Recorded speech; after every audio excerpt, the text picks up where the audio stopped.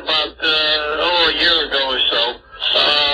We told them, to liquidate, and but we're still hanging on there. So we made a little extra interest since they were out of the market. They got a lot of shekels themselves. I see where you Jews have finally taken over the National Rifle Association. A Jewess by the name of Sandra Froman is now president of the National Rifle Association.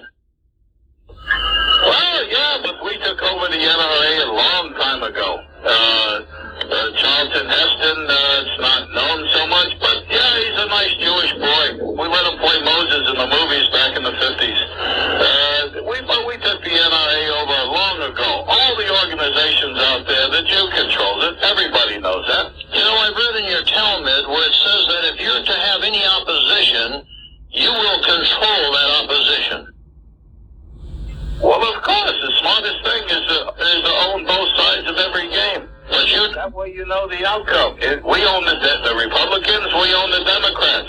We got a lot of good Jewish boys on both of them, and the rest of them are good fun to pay for Shabbos Goy, and we throw a few shekels into their campaign contributions that we give them, and our Jewish lobby in Israel, and they take the money and they do what we want so that we can make some shekels. If nobody stops it, who's to say we shouldn't be doing it?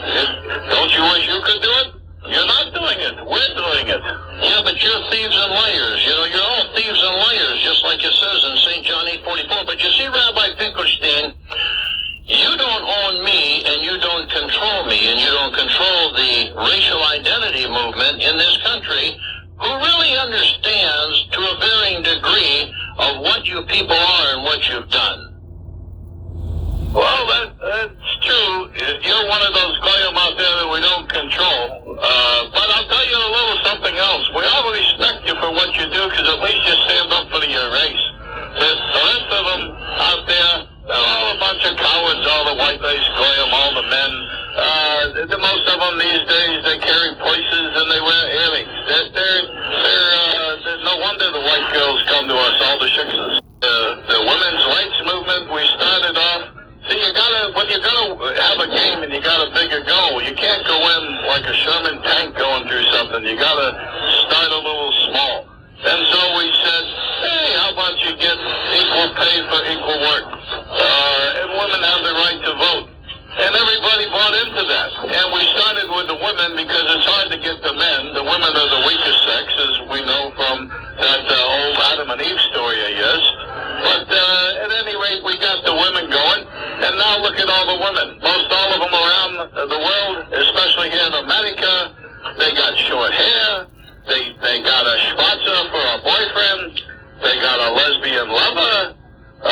They're married by the time they're 40, but then they can't have too many little children themselves because they've already ruined those years chasing the almighty gold, the dollar, the shekel, and so they're going to wind up a bunch of old maids because nobody wants them.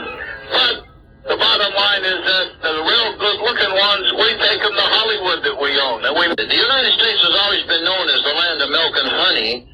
They say over there, the United States is a land of milk and money. Would you like to relate to that? Well, what's in the saying? What can I say? A lot of people here in America, they still keep screaming about these 55 guys that they say formed the country a couple of hundred years ago. But the bottom line is that the Jews formed the country. We came over here. 1492 was that terrible year that we got kicked out of Spain. And Columbus, who was a Jew, found it out to take us over here. We were going to set up in Rio, and then we decided to go to New York. Because New York has a little bit better weather, not so many mosquitoes. It was a little bit better.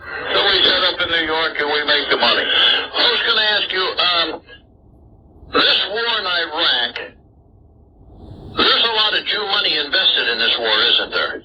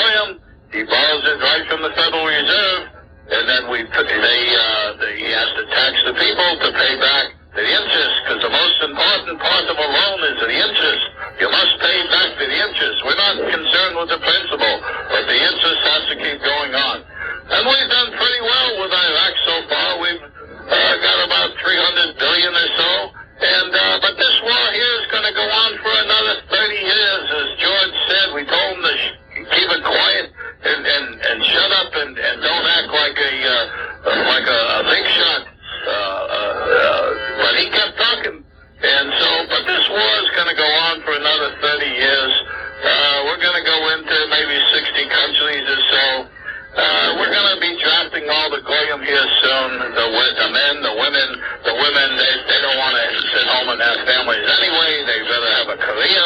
That's a nice, exciting thing for a woman to put on a green suit and go over there and shoot people and get shot at. Must be exciting to them. So we're making a lot of money. You know, this is very interesting. Well, Rabbi Finkelstein, it's really good talking to you, and I'm sure the listening audience here on the Turner Radio Network is listening very intently, because a lot of things have been a little exposed, some more exposed than others. But, you know, at least you're coming out and you're telling the truth.